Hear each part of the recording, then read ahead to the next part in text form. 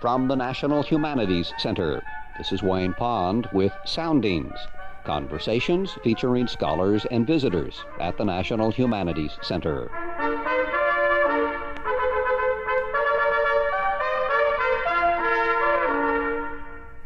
Artificial intelligence, the topic this week on Soundings. Can computers think? Contrasting responses to that question from two recent visitors at the National Humanities Center. First on this edition of Soundings, a conversation with John Searle of the University of California at Berkeley. Following that, a discussion featuring Herbert Simon of Carnegie Mellon University. John Searle, you're a philosophy at the University of California at Berkeley. We're going to talk about philosophy of mind and artificial intelligence. What's the big deal? What are people fighting about? Well, there's an awful lot going on in this whole field. But one of the most amazing claims that people have made over the past, 30 years now, is that by designing a computer program and running it on a digital computer, they will literally have a machine that thinks. And you don't agree with that? Well, it isn't that I don't agree with it. It's conceptually false. That is, it's like saying 2 + 2 = 5. I mean, the refutation of that is so simple that we can give you the refutation in one sentence. So the only interest that it has is, well, what's the significance of the refutation, and why would people have said this in the first place? So let me tell you about that. Well, let's get a couple of definitions on the table first, John Searle. Very, very briefly. I mean, we're talking about an immensely complicated topic, artificial intelligence. Right. How does the brain work? How do computers work? Okay. Well, now let me go back to computers. I've been talking about artificial intelligence. We call it AI. That's in the family. That's what we call it. Okay. And I like to distinguish in AI between what I call strong AI, that says by designing the right program, you're literally creating a mind, because that's all there is to having a mind, is having the right program. Mm-hmm. So on the strong AI view, the mind is to the brain as the program is to the hardware. So if you design the right program, and you run it on our wetware is a kind of hardware. The brain for these guys is a kind of hardware that runs a program. If you design the right program, you would literally have created a mind, because that's all there is to having a mind. Now, that's the view I call strong AI, and that's the view I'm going to refute. Now, I want to distinguish that from weak AI, which says, look, the computer is a wonderful tool. Let's use it to study human beings. And I have no objection to that. By all means, use the computer to study fires, rainstorms, economic developments. You can use a computer for anything. I have no objection to weak AI, and I certainly have no objection to practical applications. I wouldn't be here today if the computer hadn't printed out my airline tickets and made my reservations and run the airplane. Of course, I couldn't live without computers. But strong AI is the interesting view. Now, let me refute strong AI and then get into the contrast between how the brain works. We know a little bit about how the brain works now.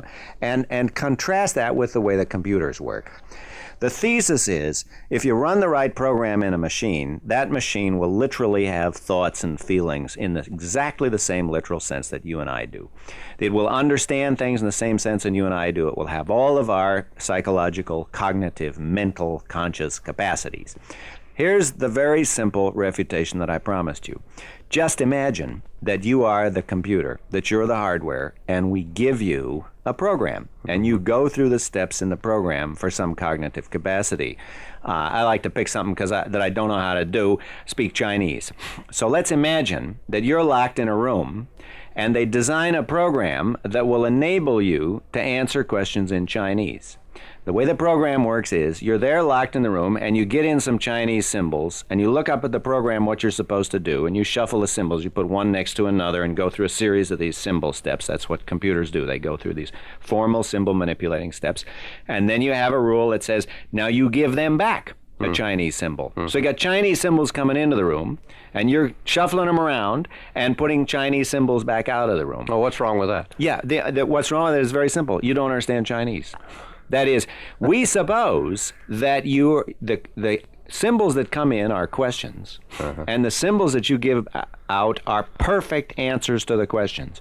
Chinese people on the outside of the room, seeing the questions they ask you and the answers you give back, would say, that guy's a perfect speaker of Chinese. He understands the question perfectly, and he answers the question perfectly.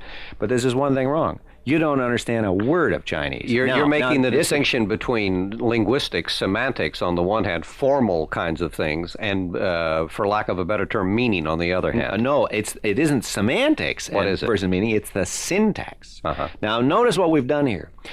We have given you in the Chinese room all that a computer has. You have the formal symbol manipulating rules which any computer has. What do you lack? You lack a knowledge of the meanings. Mm-hmm. Now, the point of this is the bottom line, the punchline of this is, if you don't understand Chinese on the basis of running the computer program for understanding Chinese, then neither does any other digital computer understand Chinese or anything else solely on the basis of running a digital computer program, because that's all that the computer has. The computer hasn't got anything that you don't have. Now, what is it that you lack? You just said it, and that is you don't know the meanings. Yeah. You don't have the semantics. And so the refutation of strong AI, I can put in 4 words. Syntax is not semantics. All right. The program has a formal syntax. The program is a series of formal symbol manipulating devices. Mm-hmm. Now, the beauty of the argument I gave you is that it has nothing to do with any state of technology. Imagine any future state of technology where you have much more rapid computational processes, where you have parallel processes, where you have parallel distributing processes. The point of the Chinese room argument is a mathematical point. It has nothing to do with the state of technology. What it says is, since by definition, the program is a system of formal symbol manipulation, mm-hmm. the program by itself will never be a mind, because the mind's got something more than formal symbols. All right, now you use the word definition, John Searle. Yep. Let's redefine the terms. Be indulgently charitable for a moment. Yeah. Tell me the strengths of the arguments that the people are advancing who say, yes, indeed, there is such a thing as artificial intelligence. Let's look at it from that angle. Now let's try their angle.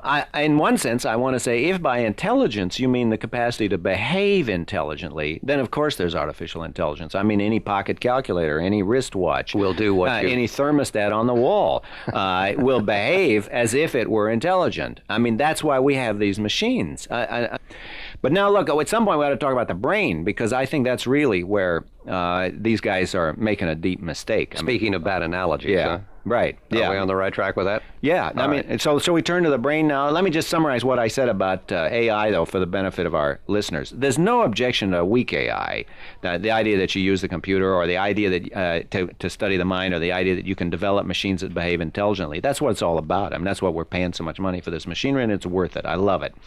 The big mistake is to suppose that by designing a program, you're creating a mind. Mm-hmm. And that mistake is a mistake of confusing the level of the symbols with the level of the meanings. Once you see that minds have mental contents, and that programs are purely formal, and that the formal syntax by itself isn't enough for the mental content, that the syntax isn't sufficient for the semantics, then it just follows conceptually, follows logically. Strong AI is false. Programs are not minds. They suppose that there is something abstract, something immaterial called the mind, and then they wonder, how could it be in a physical substance such as the brain? And the only answer that has ever been proposed to how some abstract semantics could ever function causally in a physical system is the way that the abstract computer program is realized in the physical system of the computer hardware. So, and by a weird historical perversion, traditional dualism, the idea that the mind is not a piece of ordinary biology, but is something formal, abstract, immaterial, that has now popped up again in strong AI. And it's very ironical, because a lot of these guys take themselves to be anti-dualistic, anti-Cartesian. But in fact, one way to see strong AI is at kind of the last dying gasp of this Cartesian dualism. Yeah. But the things we really want to know, we don't know the answers to. How does memory work? Mm-hmm. I mean, when I saw you today, I recognized you immediately. Now, how does that work? That's a remarkable capacity if you think about it, because I haven't seen you for a long time. I can recognize hundreds, maybe thousands of people, and yet instantly, as soon as I saw you, I recognized you immediately. Now, we don't know how that works. We haven't the faintest idea how that works. I mean, maybe we think there's a certain part of the brain where it's localized, but the only reason we think that is that people who get holes in that part of their brain, they get lesions, are unable to recognize other people's faces. Anyway, why are we conscious? I mean, both of us are conscious right now. It's an amazing thing, you see. I mean, the other matter in this room, the tables and chairs, they're not conscious. Now, what is it about the process in our brain that causes consciousness? Or why do we need sleep? Every so often, you and I just have to lie down and go to sleep. Why? Nobody knows. I mean, you say, well, our muscles need rest. Our heart doesn't get sleep. Our heart goes all the time. Yeah. Why is it that we need sleep? I mean, on all kinds of silly or trivial things that you'd think we know the answer to, we don't know the answer to. Why does alcohol make us drunk? Why does chemical properties? Yeah, but what? Thing.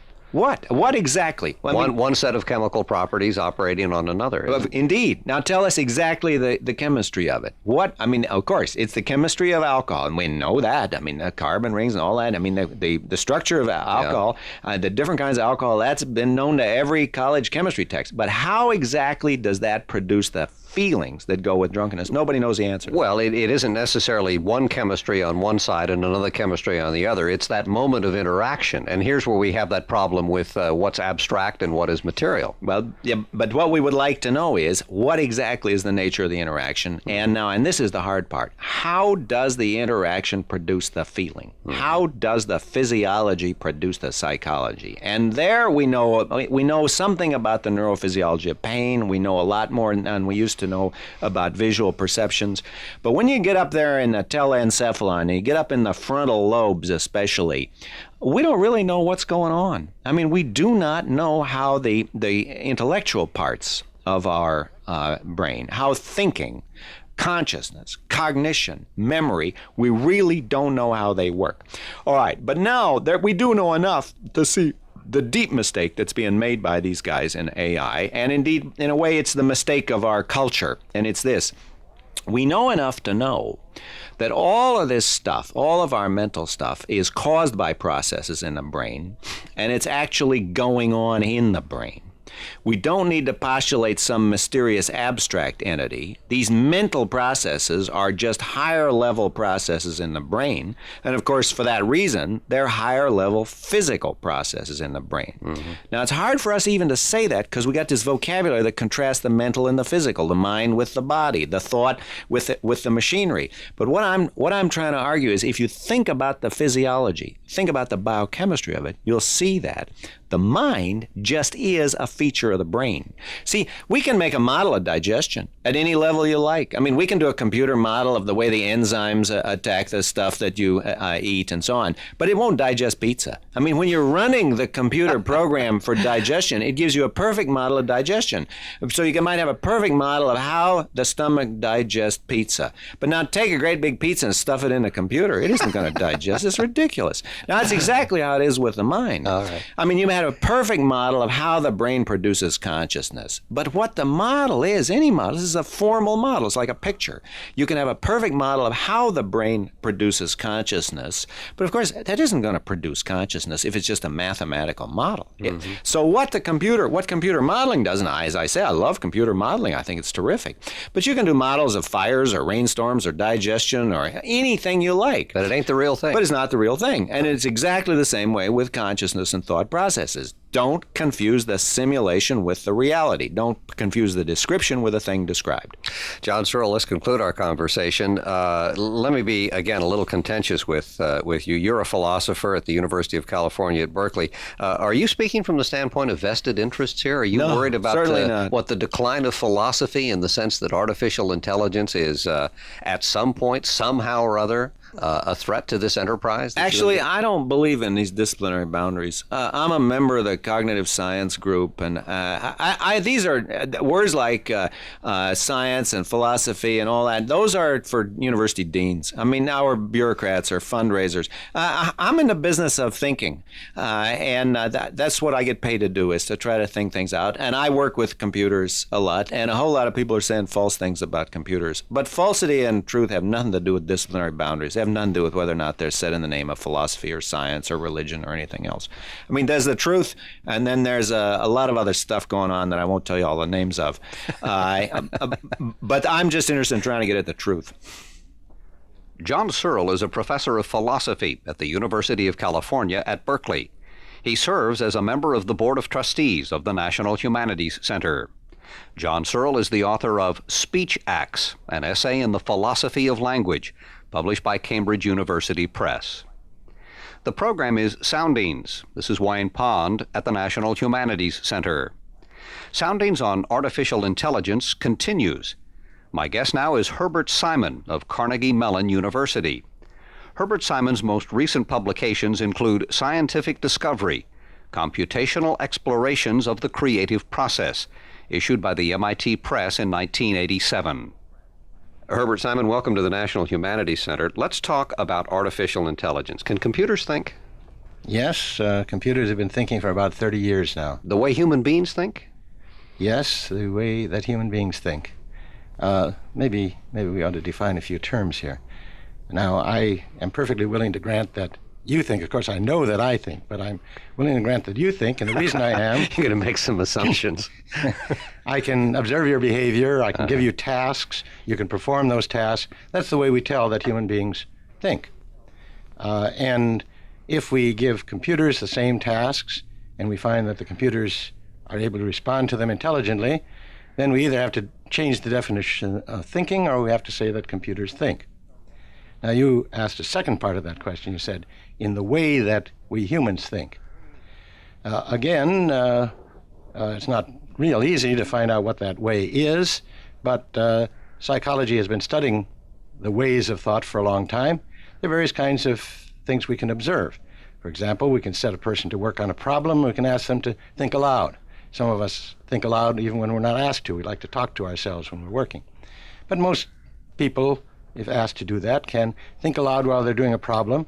And we find out second by second what they're attending to, what they're paying attention to, what they're doing, what processes they're engaging in. Then if we have a computer program that can do the same tasks, we can ask whether it's going through the same processes, whether it follows the same paths, whether it makes the same errors. Computers think by manipulating patterns that are inside the black boxes. They happen to be patterns of magnetism and electricity. And they can take in those patterns, what we call reading or input. They can give out patterns by printing them on a sheet of paper. They can store various structures of patterns. They can compare patterns to see whether they're the same or different, and act one way if they're the same and another way if they're different. Those are the things that computers can do. We call those patterns symbols usually because they have reference to, they denote things that are outside. To the best of our knowledge, through the psychological research we've done on human thinking, that's exactly the way human beings do it, by manipulating patterns, which in that case are stored in the head, ways we don't know very much detail yet, but stored in the head somehow or other in neurons and collections of neurons, and which are operated on by rather slow electrochemical processes. Compared to the human brain, for example. No, the human brain is very slow compared to the computer. I see. Herbert Simon, let me put this to you when we talk about artificial intelligence. If nature created human intelligence, God created human intelligence, however you want to discuss first causes, and then humanity comes along and invents computers. To say artificial intelligence, are we talking about an inferior form of intelligence? Are we talking, for example, with computers, are we talking about a third generation, as it were, and therefore one that is inferior somehow or other to the human ability to compute? Well, at present, the examples we have of computer intelligence are rather specialized. That is to say, computers generally only know something about one thing. There are people like that too. But the computers we have at present are rather deprived. They live in a very lean sensory environment. They don't have much access to the world except the access we give them. And that's one reason for their specialization. Whereas human beings have at least a little knowledge, a smattering about quite a lot of things, including the things of everyday life. Now, in that sense, present computer intelligence is very inferior. It has nothing to do with the hardware. We don't need any new innovations in computer hardware in order to bring along the intelligence. What we do need are some computers who know much. You notice I used who rather than that, but you can do either. Some computers who are that know much more than any present computers do about the real world. And there's some efforts now to build very large memory banks for computers that will allow us to test out at least the question of whether that will give them the kind of generality in their intelligence that is still a distinguishing characteristic of human intelligence. See, nowhere in science do we prove that scientific theories are right. All we know is that we have a certain mechanism which, if it were the right mechanism, would explain what's going on. Mm-hmm. And until somebody comes along with a better mechanism, or until we get some new facts which show that this mechanism is the wrong one, we believe the theory. All right, fair enough. In other words, it's a sort of an existential thing. For now, we know that computers are XYZ sophisticated, and we can assume that in the future they're going to become more sophisticated. Right. And the level of their sophistication right now includes the following sorts of things. There is at least one computer program which is able to make medical diagnoses in the domain of internal medicine at a good clinical level of quality. Mm-hmm. It is borderline as a simulation of human thinking. It does probably a little more spinning of its wheels than a human diagnostician does, but it basically, as far as we know the diagnostician's processes, uses the same processes, including processes which we would ordinarily call intuitive. There are computer programs now which are capable of taking data, looking at those data and finding laws in the data, something that scientists frequently get their pictures in history books for doing. Let me ask you to pause on a word you just used, intuitive. You seem perfectly calm and rational and collected as you use that term. To some people, that might raise the signal. That might sound like a very sinister thing, that computers are developing an intuition, that they are beginning to think, we can push this thing to apocalyptic lengths. Yes. Is that the kind of thing that we need to, how do we need to be concerned about that when we talk about computers thinking? Well, every day in this world, a large number of people are being born. I forget the number of it. Must be tens of thousands of people in the world. Each one is born capable of thinking, or at least acquiring the capacity for thinking. I don't lie awake nights very often being concerned about all those new intelligences being born in the world.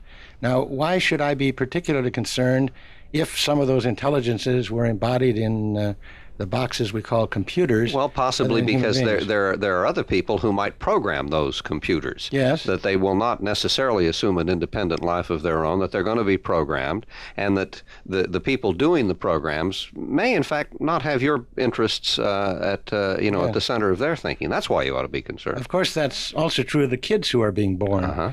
I don't know whether you want to use the word programmed, but they're growing up in a particular culture, and several of the most populous cultures in our globe have values which are very different from my values. So if I'm going to worry about those computers being programmed, I better worry about those kids too. All right, fair enough. If we are headed toward on the distant horizon, a time when computers can and do think, tell me about the benefits, the perils and rewards of a situation like that. Where are we heading, America as a culture, if we're moving toward computers that think for us, or think? Yeah, I'm glad you amended that. I'm going to have to answer that in a way which might seem evasive. I don't think it's evasive. It's as good an answer as I can give. When you're doing any kind of basic science, what you're doing is creating new knowledge. And with new knowledge, you're creating new human capacities to change the world, to do things, new instrumentalities. And we have ample evidence that when you create basic knowledge, you really don't have the capacity to predict just how that knowledge is going to be used. When E equals mc squared came along down the pike, Newton's famous equation, I'm sure he didn't have in mind atomic bombs. Mm-hmm. Although that probably... Einstein or Newton? Einstein. Okay. Excuse me, did I say Newton? I got it a little early. Einstein. I'm sure he didn't have in mind atomic bombs, although that probably occurred to him not very long afterwards. But it's very hard to predict how new knowledge is going to be used by human beings, because other human beings are going to use their ingenuity to figure out how to use that new knowledge in many, many directions. That's an act of faith. Huh? So anybody doing basic science, I think, has to really look back in history and say, on the average, by and large, Is it better for there to be more knowledge in the world or less knowledge in the world? Has knowledge contributed to human progress or the well-being of the human species, or has it detracted? Now, that gets us into even more difficult problems of what's progress and all that. But taking a very common-sensy view, I like to think of it as that, my view, taking that view, I look back in human history, and I don't find that I really would have preferred living in Roman times, or even Greek times, which I would prefer to Roman, I guess, or medieval times, or 19th century times. I really think that one can define certain senses in which the human species has progressed, and I see a very close relation between that and the growth of knowledge. So granted all of the ways in which knowledge has also caused harm in this world, I guess on balance I vote for knowledge rather than ignorance. And I do that knowing that I really don't have any crystal ball that tells me how artificial intelligence is going to be used. It's going to be used for some good things, I think, some bad things. And I have a kind of basic optimism that the good are going to outweigh the bad. Herbert Simon, let's conclude our conversation about artificial intelligence and put a very large issue on the table. Is there an ideology of artificial intelligence? I don't see any particular ideological issues related to artificial intelligence. As a matter of fact, I spent a fair part of my life in the last 10 years in China, and one part of that part of my life was spent in working with Chinese scientists who are very interested in artificial intelligence and doing it in their country. So I don't see that this is a first world, second world, third world issue. It is true that a wealthy country has the capabilities of building electronics devices, of having a high technology, but I don't see that this necessarily excludes the benefits or the activity from the third world. As a matter of fact, one might argue, for example, that medical diagnosis systems, take my earlier example, that medical diagnosis systems might be of much more use to the Chinese, who now have to deal with barefoot doctors out in the communes, than it would be in the United States, where we have at least a fairly dense distribution of doctors all around the country. Mm-hmm. Herbert Simon is a professor at Carnegie Mellon University. He was awarded the Nobel Memorial Prize in Economics in 1978 and the National Medal of Science in 1986. The program is Soundings. This is Wayne Pond at the National Humanities Center.